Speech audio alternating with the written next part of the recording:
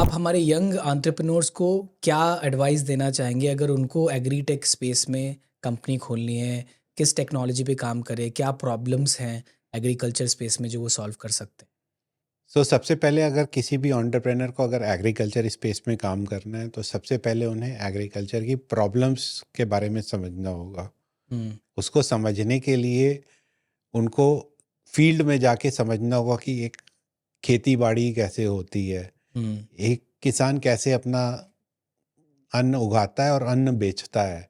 Okay, अगर वो जब तक उसको बेसिक चीज़ें नहीं पता होंगी हुँ। तब तक उसको एग्रीकल्चर डोमेन में घुसने का कोई रियल फ़ायदा नहीं अगर मिलेगा। वो समझ गया तो?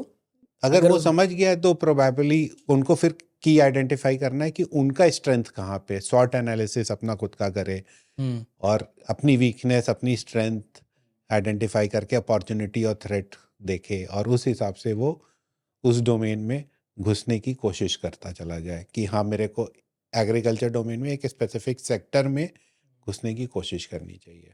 फार्मर्स में किसी भी प्रोडक्ट के लिए जो यूज़र बिहेवियर है वो बहुत लॉन्ग होगा किसी को चीज़ को समझने में, वो कैसे सॉल्व कर सकता है? उनके साथ जाके बात करने में, मिलने में, अगर उनके नेटवर्क पे कोई लोग हैं जो खुद से खेती बाड़ी कर रहे हैं, मैंने यह भी देखा है there are lot of engineers हुँ, जो जिन्होंने इंजीनियरिंग त्याग दी और वो फार्मिंग में उतर आए।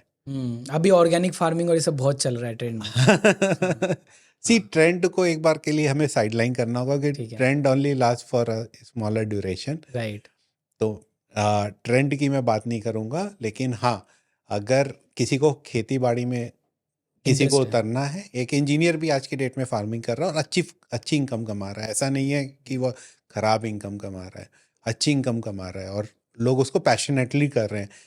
इवन तो जैसे cooking is a science as well as an art, similarly farming is purely a science. आज के टाइम में इंजीनियर्स एग्रीकल्चर स्पेस में जाना चाहते हैं मतलब जिनको इसमें डेवलपमेंट करना है, एग्रीटेक में कुछ करना है? सी इसमें टेक्नोलॉजी का बहुत अच्छा इस्तेमाल हो रहा है।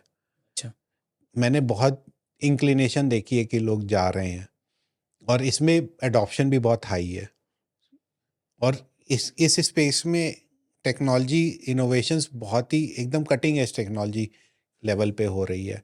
फॉर एग्जांपल ड्रोन की एडॉप्शन है, तो अब कोई ड्रोन टेक्नोलॉजी पे काम कर रहा है।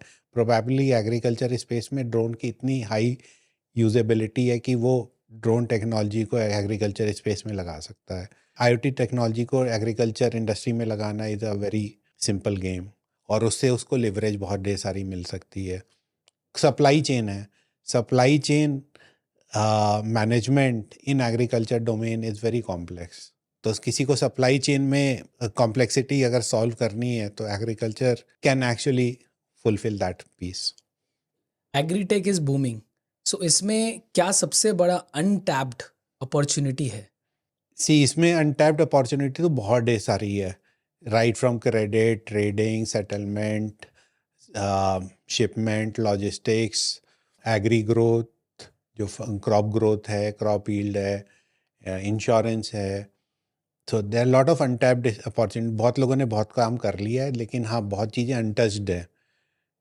किसी को भी जाना है उन सब अनटच्ड चीज़ों को समझना है और इसके बाद आगे बढ़ जाना है। फॉर एग्जांपल एक फार्मर केवल एग्रीकल्चर पे डिपेंडेंट नहीं होता है, उसके पास कैटल्स भी होती है, उस पे डिपेंडेंट होता है, उसके पास अदर रिसोर्सेज होते हैं। फॉर एग्जांपल वाटर रिजर्वायर्स होते हैं, वाटर रिजर्वायर्स पे लोग काम कर रहे होते हैं, तो उन सबों की माइनिंग पे अब एक फिशरीज़ है। फॉर एग्जांपल फिशरीज़ भी अब एग्रीकल्चर का ही पार्ट है। तो fisheries becomes a very important industry जहाँ पे लोग अब बहुत ढेर सारे स्टार्टर्स उस लेवल की प्रॉब्लम सॉल्व करने की कोशिश कर रहे हैं।